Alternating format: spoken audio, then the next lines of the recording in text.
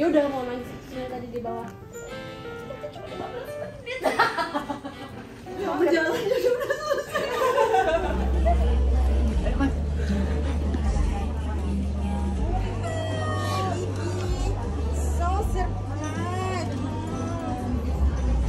Dari aku yang seorang psikolog dan punya lumayan banyak lah relasi public figure, ternyata yang namanya kesepian itu gak pandang bulu. Sebenarnya sejujur-jujurnya dari 2 minggu sebelumnya aku tuh lagi berantem sama mama.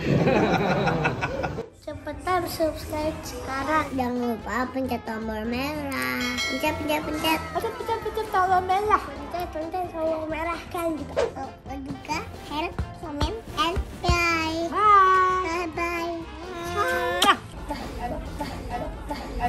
Bye. Bye.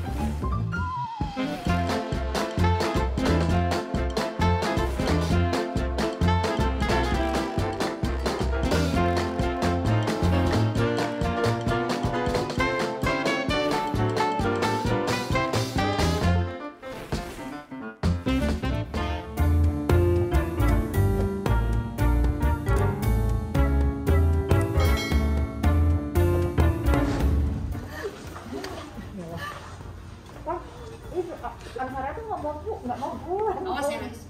Makeup.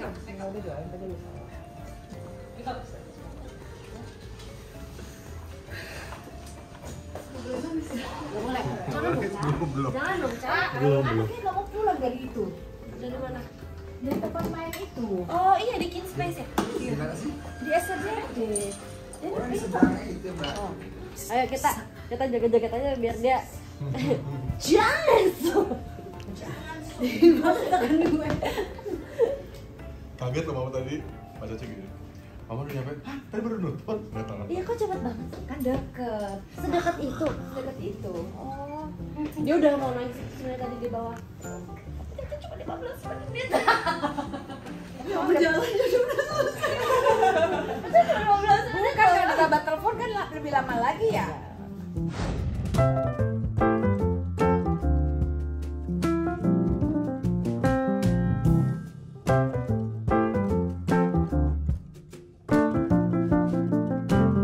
Lagi nyobain makanan di Alestia. Aduh, diperkenalkan dulu. Yang masak. Kira-kira bener gak ya? Terima kasih banyak loh jamuannya. Wah, seru. Ada baksonya. Hanya ada Cuma dia. ada di sini. Tahu loh nanti kalau pengen harus di-schedule lagi. Siap.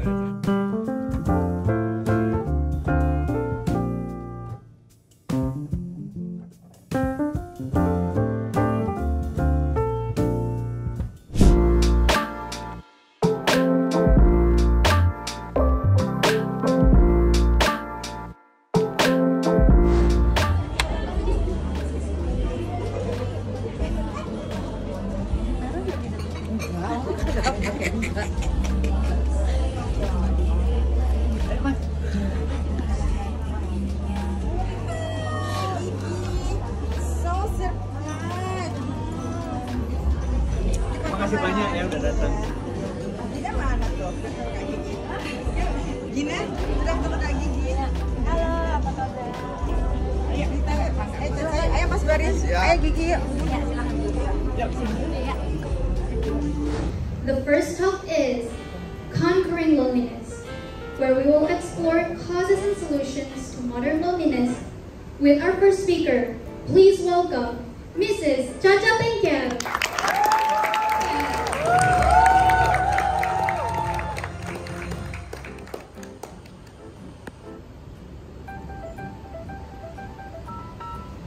Assalamualaikum warahmatullahi wabarakatuh.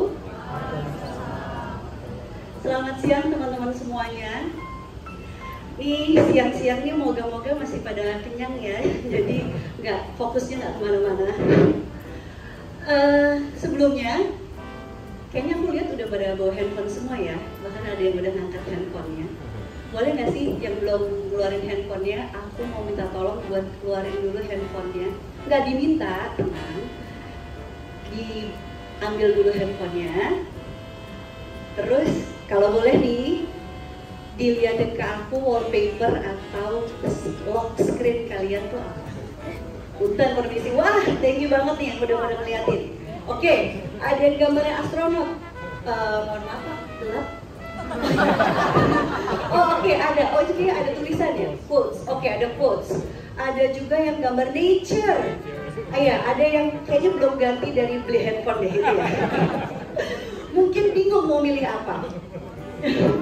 Aku mau liatin kalau wallpaper handphone aku adalah ini, dua anak yang menurut aku sih lucu banget. Terserah kalau kalian anggapnya nggak lucu nggak apa-apa. Dan dengan lihat mereka, aku jadi ngerasa lebih nggak sendirian, nggak kesepian. Tapi kenapa ya? Kenapa ya kita milih lock screen kita itu? Kapan kita milih lock screen kita itu? Mungkin nggak sih kita tuh sebenarnya pengen diingatkan sama sesuatu yang memang terkoneksi sama kita sendiri. Bisa itu quotes, bisa itu agama, bisa itu keluarga, bisa foto selfie sendiri mungkin pas lagi ngerasa cantik, bisa juga. Tapi kita pengen tahu mungkin refleksi diri kita tuh seperti apa, dan itu mengingatkan kita kalau kita nggak sendirian. Karena manusia pada dasarnya memang kita tuh makhluk sosial dan kita selalu butuh yang namanya koneksi. Kita selalu butuh orang lain, kita nggak bisa tuh hidup sendirian. Kita butuh merasa dimengerti, kita butuh merasa terlihat yang benar-benar terlihat. Tapi zaman sekarang nih, kayak kita nih sekarang nih, lagi rame di tengah banyak orang, atau mungkin lagi di KRL, atau mungkin lagi di MRT. Sering juga nggak sih kita ngerasa kita tuh tetap sendirian? Apalagi dengan adanya sosial media ya, mungkin ada banyak followers, banyak subscribers, mungkin Taylor Swift gitu ya, pernah nggak ya dia ngerasa kesepian gitu? Ternyata nggak ada hubungannya tuh, banyaknya orang di sekitar kita sama kita merasa terkoneksi sama orang lain. Banyak banget orang yang mikir kalau misalkan jadi Lisa Blackpink gitu kayaknya ya, kayaknya nggak pernah deh dia ngerasa kesepian gitu, kan punya banyak followers, punya banyak subscribers. Tapi ternyata dari aku yang seorang psikolog dan punya lumayan banyak lah relasi public figure, ternyata yang namanya kesepian itu nggak pandang bulu. Dia bisa datang kapan aja, di mana aja, lagi di ruangan ini, lagi di konser, lagi di mana, kita tuh bisa tetap merasa kesepian. Tapi gimana ya cara kita menghadapi kesepian tadi? Akan ada dua hal yang aku bahas. Yang pertama, not being alone. Mungkin simpel kali ya, kayaknya kalau nggak mau kesepian ya jangan sendirian gitu. Kayaknya simpel, tapi ternyata nggak gitu juga gitu. Yang kedua aku akan bahas tentang being alone. Gimana sih caranya kita menikmati kesendirian? Mulai dari not being alone. Jadi bulan Mei lalu, punten ya Ma, cerita dulu sedikit. Aku diundang sebagai pembicara bareng sama mamaku tercinta ke acara panel discussion yang judulnya Successful Path of Mother and Daughter. Apa yang kalian pikirkan? Wah, sempurna banget ya hubungan orang tua anaknya gitu, kayak oh keren banget ya gitu. Kayaknya nggak pernah berantem deh gitu. Kayaknya ya enak terus ya, privilege banget gitu. Terus ini tuh tanggal 18 Mei, acaranya siang-siang. Di perjalanan tuh aku cemas banget. Karena sebenarnya sejujur-jujurnya dari 2 minggu sebelumnya aku tuh lagi berantem sama mama. Dan 2 minggu kita nggak ngobrol karena aku gengsi ngomongin mama. Mohon maaf ya Ma. Sampai yang biasanya aku kalau misalkan nitipin anak-anak ke mama gitu kalau lagi kerja, aku sampai aduh nggak usah deh, cari yang lain deh gitu. Biar dia repot, pokoknya nggak usah nelfon mama gitu. Jadi tuh insecurities aku kayak mau ngomongin tentang successful path, padahal aku sendiri lagi unsuccessful di hubungannya sama mama. Kayaknya tuh aduh fake banget nggak ya gitu. Ada nggak sih yang mau dengerin ngomongin kayak gini, padahal kan kayak gitu gitu. Itu aku cemas banget. Tapi selama perjalanan ke sana dari rumah aku lumayan jauh lah gitu ya, ke Spark Senayan. Aku emang datangnya mau mepet-mepet karena takut ketemu sama mama. Takut pas sana nanti, aduh kalau berantem gimana ya gitu. Jadinya aku mepet-mepet, tapi perjalanannya panjang. Di situ Mas Bari, suami aku, nelfon aku. Mas Bari nelfon, terus aku udah cuman, aduh gimana ya mas, aduh gimana ya mas, aduh gimana ya mas gitu. Mas Bari disitu ngomong cas, panggilan Mas Bari ke aku. Gue paham sih, lo lagi cemas banget. Gue tahu banget masalah lo sama nyokap. Gue ngerti, pasti tegang, tapi tenang aja, you got this. Lo udah pernah jadi pembicara dan it's okay kalau lo lagi ngerasa gak baik-baik aja sekarang. Di situ rasanya kayak kerapuhan aku, insecurities aku, takut dibilang fake, takut dibilang segala macam tuh mereda banget. Karena aku ngerasa bisa dilihat dan diterima bahwa oh ya ternyata nggak harus sempurna banget ya jadi manusia. Ternyata ya ini adalah satu perjalanan gitu. Kemudian waktunya aku di panggung bersama mama. Di sini aku pikir tadinya kalau ngomongin successful path itu jadinya harus ngomongin yang bagian bahagia-bahagianya aja, bagian sukses-suksesnya aja gitu. Bagian kayak, keren banget ya gitu, punya hubungan yang kayak gitu. Tapi di situ aku jadi mikir kayaknya kalau ngomongin successful kita perlu juga loh ngomongin unsuccessfulnya, imperfectionnya, vulnerabilitiesnya. Yang aku dari dulu takutin adalah jadi anak yang durhaka.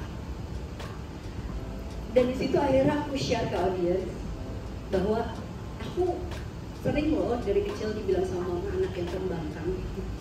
Sering loh aku tuh dibilang jadi anak yang ngelawan. Dan itu rasanya gak enak banget. Setelah aku being vulnerable, setelah aku merapuhkan diri di depan audiens, ternyata audiens tuh malah banyak yang nanya dan banyak yang cerita bahwa mereka pernah mengalami hal yang sama. Kita di situ jadi bisa lebih connect. Kita jadi ngerasa nggak sendirian. Dan itu ternyata powerful banget buat aku. Jadi kalau misalkan kita mau lepas dari kesepian itu kita nggak sendirian, ternyata nggak sendirian terus kita rame-rame aja. Tapi kita perlu connect sama orang lain.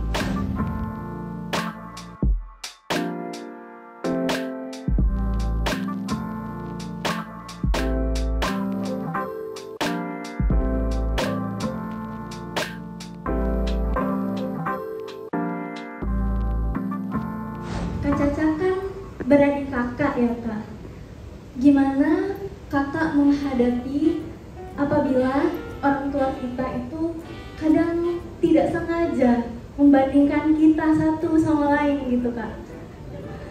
Maaf mama itu biasanya nggak mungkin nggak tersebut, itu pasti tersebut oleh orang tua gitu. Itu kak dari saya. Terima kasih. Kebetulan udah mama. Ini pertanyaan yang cukup menarik banget karena aku sendiri juga punya 2 anak perempuan dan kadang-kadang memang bukan orang tua mau membandingkan sih, tapi emang dasarnya manusia nggak sih kita ngeliat sesuatu terus habis itu buat bahan introspeksi diri kita sendiri juga untuk jadi lebih baik. Tapi kadang-kadang emang itu jadi sesuatu yang kita rasakan jadi luka kali ya kalau misalkan kita ngeliat itu kejauhan dari kita. Kalau aku sendiri tuh ternyata lama banget butuh prosesnya ya bisa menerima bahwa memang aku adalah 2 orang yang berbeda sama Mbak Gigi gitu. Yang paling seringnya waktu kecil dibandingin sama Mbak Gigi, tapi sebenarnya bukan dari mama sih yang Mbak Gigi, biasanya dari orang lain. Dulu rasanya cukup berat gitu, karena aku selalu merasa jadinya aku selalu lebih kecil, selalu lebih kurang dan segala macam. Aku butuh proses lebih lama. Aku butuh banyak terapi, aku masih datang ke psikolog dan psikiater aku juga untuk mengatasi my insecurities karena selalu merasa lebih kecil daripada Mbak Gigi. Tapi ketika aku udah jadi orang tua, ini ternyata hal yang berbeda nih. Mungkin kalau misalkan kita ngerasa dibandingkan itu ada yang lebih, ada yang kurang, karena mungkin kita terlalu memaksakan untuk adil. Adil tuh kayaknya harus sama rata gitu semuanya ya.